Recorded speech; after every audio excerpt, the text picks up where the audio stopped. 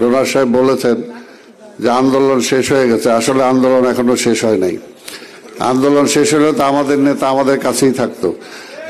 তা আমাদের আন্দোলন চালিয়ে যেতে হবে এবং যে পর্যন্ত আমাদের নেতা আমাদের মাঝে ফিরে না আসবে, যে পর্যন্ত আমাদের নির্বাচনী কার্যক্রম শুরু না হবে, নির্বাচন জয়লাভ না করব, সেই পর্যন্ত মাঠে আমাদেরকে থাকতে হবে।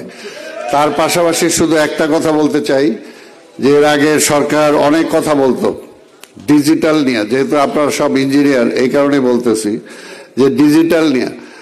তো ডিজিটাল যদি আমরা বলতে চাই, সত্যিকার অর্থে ডিজিটাল বাংলাদেশের যিনি প্রথম নিয়ে আসছেন এবং আমাদেরকে নিয়ে চর্চা করছেন সেটা হলো আমাদের নেতা দেশনায়ক তারেক রহমান।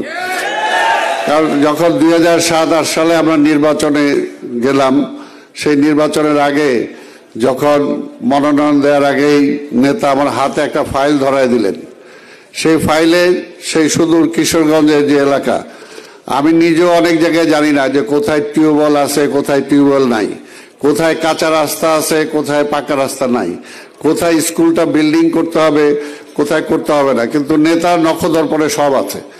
টোটাল জনসংখ্যা কত, তার মধ্যে হিন্দু কত, মুসলমান কত, চাকরিজীবী কত, বেকার কত, অর্থাৎ ওনার ডিজিটাল দিয়ে তিনি কিন্তু টোটাল বাংলাদেশটাকে আগেই ওনার একটা টোটাল ইসের মধ্যে নিয়ে আসছেন, কোথায় কতটুকু সমস্যা।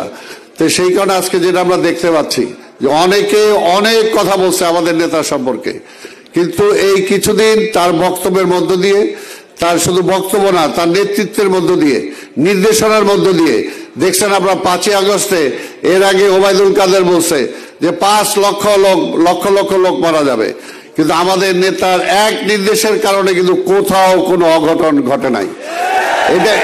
এটা হলো রাজনৈতিক নেতৃত্ব।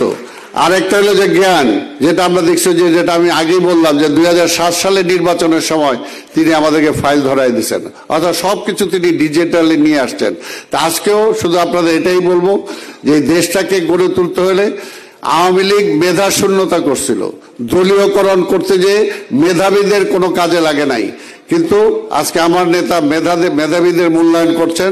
যেমনি ভাবে আমাদের নেতা আমাদের শহীদ রাষ্ট্রপতি জিয়া রহমান মেধাবীদের মূল্যায়ন করেই কিন্তু 75-এর আগে যখন দেশে দুর্ভিক্ষ ছিল, মানুষ না খেয়ে মারা গেছে, সেই সময় থেকে 2 বছরের ব্যবধানে শহীদ রাষ্ট্রপতি জিয়া রহমান মানুষকে খাইয়েছেন এবং চাল উৎপাদন করছেন।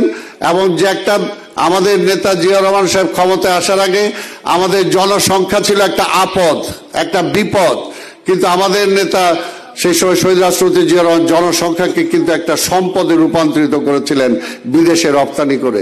ঠিক তেমনিভাবে আমরা বিশ্বাস করি আজকে ভঙ্গুর এই দেশটাকে যদি গড়ে তুলতে হয় একমাত্র দেশনায়ক তারেক রহমানের নেতৃত্ব ছাড়া আর কোনো বিকল্প নাই। আসুন তার নেতৃত্বে আমরা আন্দোলন গড়ে তুলি, নির্বাচন আনি এবং নির্বাচনে জয়লাভ করার পরে দেশটাকে গড়ে তুলি।